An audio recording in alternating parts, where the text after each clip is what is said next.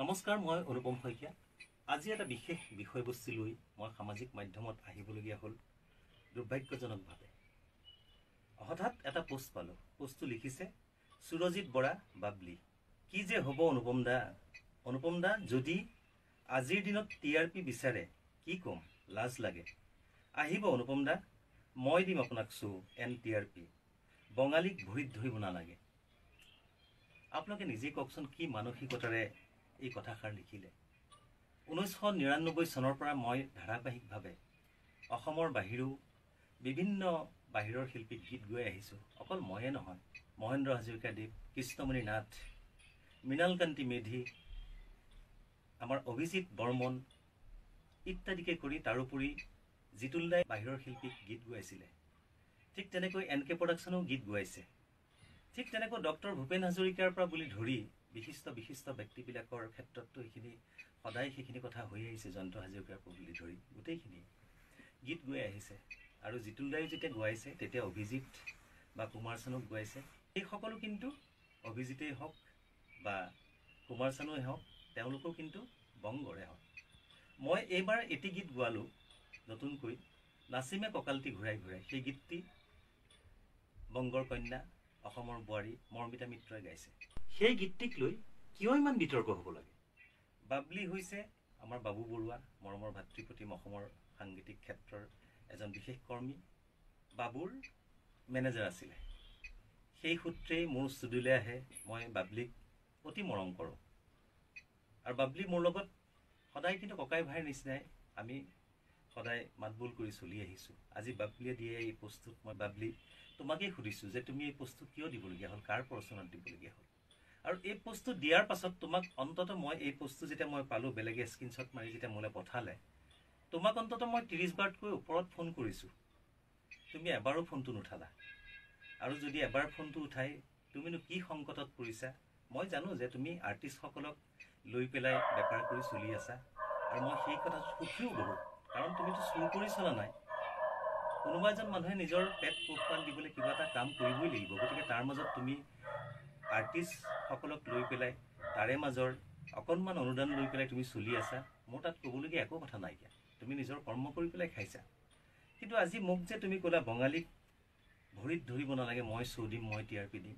তুমি যে দিম বুলি ক'লা, তুমি কি নিজে পাতি পেলাই আৰ্টিষ্টসকলক লৈ যোৱা নে ৰাইজে তোমাক দিয়ে? মই এই কথাটো তোমাক প্ৰশ্ন কৰিছোঁ।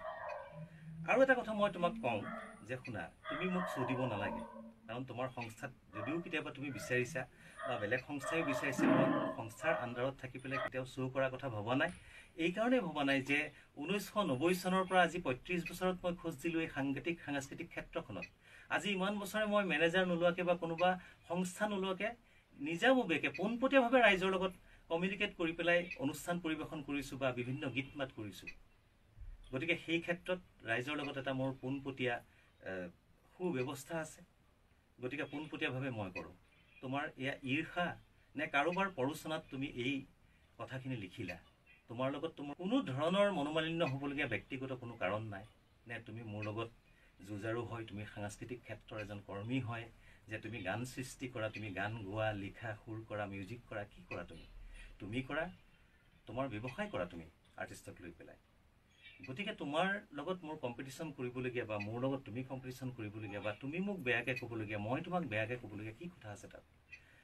তুমি যে ক'লা যে বঙালীসকলৰ ভৰিত ধৰিব নালাগে, সেই বঙালী কণ্ঠশিল্পীসকলৰ বা শিল্পীসকলৰ অসমীয়া সংগীত জগতত কিমানখিনি অৰিহণা আছে তুমি জানানে?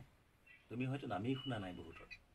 সুমন কল্যাণপুৰী, মধুমতী গোস্বামী, ডলি ঘোষ, উষা উত্থুপ ইত্যাদিকে কৰি যিমানখিনি ছিংগাৰ আছে, সেইসকলে অসমীয়া গানত যিটো প্ৰাণ দি থৈ গৈছে, জান দি থৈ গৈছে, যি জীৱন্ত কৰি ৰাখিছে আজিও। গতিকে সেইসকল শিল্পীক বঙালী বুলি কৈ তুমি নিজকে কি বুলি বুজাব বিচাৰিছা? মোৰ প্ৰশ্ন হৈছে যে সেইসকল শিল্পীক যিসকলে গীত গোৱাইছিলে, তুমি মোক আঙুলি টোওৱা নাই। বাহিৰৰ শিল্পীক যিসকলে গীত গোৱাইছিলে সেই সকলো প্ৰত্যেকজন শিল্পীক তুমি আঙুলি টোৱাইছা। আমাৰ ভূপেনজীৰ দেৱ, তেখেতে উষা উত্থুপক গোৱাইছিলে, তোক দেখি মোৰ গা কেনেবা। আমাৰ প্ৰায় প্ৰত্যেকজন শিল্পীয়ে এই গীতটি মঞ্চত পৰিৱেশন কৰে। তাৰমানে প্ৰত্যেকজন শিল্পীয়ে কি বঙালীৰ ভৰিত ধৰা বুজায় নেকি যে অসমৰ ইতিহাস অসমৰ সংস্কৃতি একো নুবুজাকৈ নজনাকৈ তুমি এটা কথা লিখি দিব পাৰা য'ত তোমাৰ বেপাৰকেই খালি সৰগত কৰি লৈছা আজি চাগে জয়ন্ত হাজৰিকা ভূপেন হাজৰিকাদেৱৰ দৰে ব্যক্তিৰ সমাধিত চাগে তেওঁলোকৰ আত্মাই চিঞৰি চিঞৰি কান্দিছে যে কিয় আমি অসমীয়াৰ বাহিৰে বেলেগ শিল্পীক গীত গাইছিলোঁ আমি কি ভুল কৰিলোঁ আজি চাগে লতা মংগেশকাৰ বাইদেউৰ নিচিনা ভাৰত ৰত্ন পোৱা ব্যক্তিয়ে চাগে সমাধিত নিজৰ আত্মাক চাগে নিজেই চাগে সান্তনা দিব পৰা নাই কিয় আমি অসমীয়া গীত গাইছিলোঁ তোমালোকৰ দৰে ব্যক্তিৰ কাৰণে মই বহুত কথা ক'বলৈ নাযাওঁ গোটেই কথাটো মই অকলশৰীয়া মানুহ মোৰ সংগ হৈছে ৰাইজেই মোৰ শকতি ৰাইজেই মোৰ ভকতি গতিকে সমগ্ৰ কথাটো মই ৰাইজক বিবেচনা কৰিবলৈ আগবঢ়াই দিলোঁ আৰু যিজন ছিংগাৰক লৈ বেপাৰ কৰা ব্যক্তিয়ে অসমীয়া সংস্কৃতিৰ শিল্পীৰ